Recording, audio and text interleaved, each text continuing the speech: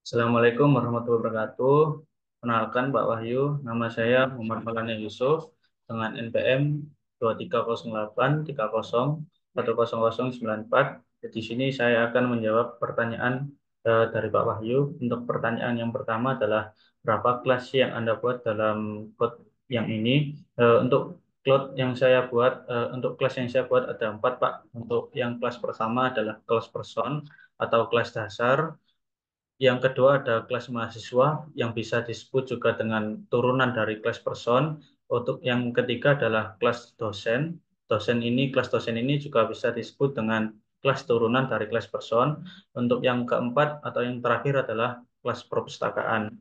Untuk pertanyaan yang kedua adalah mengapa Anda membuat kelas tersebut? Eh, Alasan saya untuk membuat kelas person ini adalah digunakan untuk sebagai dasar yang mempresentasikan atribut-atribut umum seperti mahasiswa dan juga dosen. Alasan saya untuk membuat kelas dosen dibuat untuk mempresentasikan entitas yang spesifik untuk mahasiswa. Dan untuk alasan saya membuat kelas dosen ini adalah sama seperti kelas mahasiswa untuk memberikan mempresentasikan entitas yang spesifik untuk dosen. Dan alasan saya untuk membuat kelas perpustakaan ini adalah untuk mengelola data, baik itu data peminjaman buku atau pengambilan buku, dan juga nantinya akan digunakan untuk menyimpan data atau memperbarui data file Excel-nya.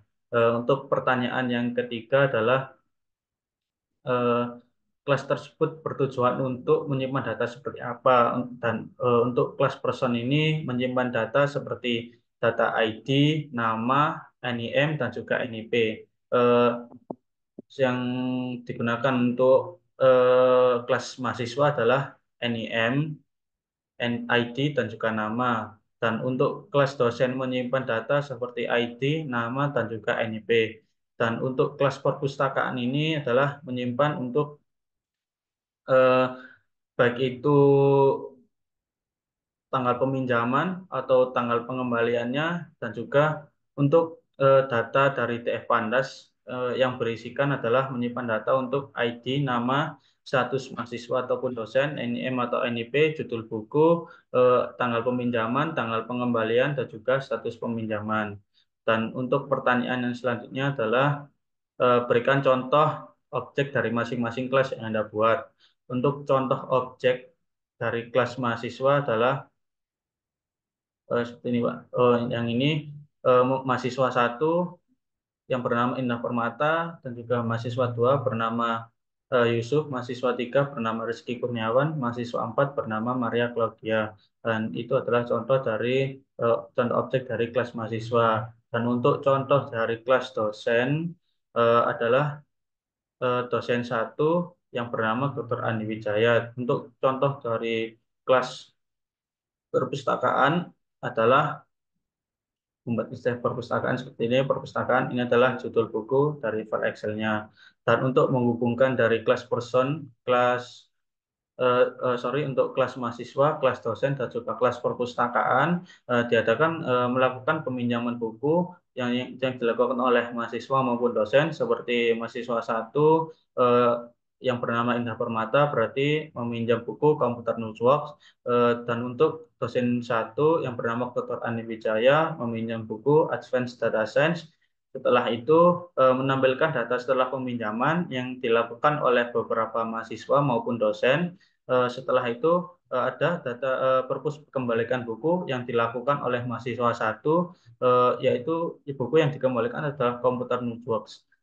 Setelah itu menampilkan data setelah pengembalian yang dilakukan oleh mahasiswa satu, print data seperti ini. Jadi Indah Permata menggelar buku komputer. Jadi setelah adanya Indah Permata menggelar buku, kita update data menjadi Indah Permata yang sudah statusnya sudah dikembalikan. Untuk pertanyaan selanjutnya adalah apakah ada inheritance pada program Anda? Tentunya ada. Contohnya pada kelas person ini menggunakan dev init yang berisikan ID, nama, NIM, dan juga NIP. Fungsi init akan otomatis dipanggil ketika sebuah objek baru dari kelas tersebut dibuat. Eh, Self ID, self nama, dan juga self NIM atau NIP. Untuk kelas mahasiswa juga ada menggunakan dev init yang berisikan ID, nama, NIM. Parameter ID, nama, dan NIM digunakan untuk menginisiasi atribut dari objek mahasiswa. Eh, Juga super init ini yang berisikan ID, nama, NIM, memanggil metode init dari kelas person, mengirimkan parameter ID, nama, dan juga NIM. Untuk kelas dosen juga ada yang menggunakan dev init yang berisikan ID, nama, dan juga NIP. Parameter ID, nama, dan juga NIP digunakan untuk menginisiasi atribut dari objek dosen.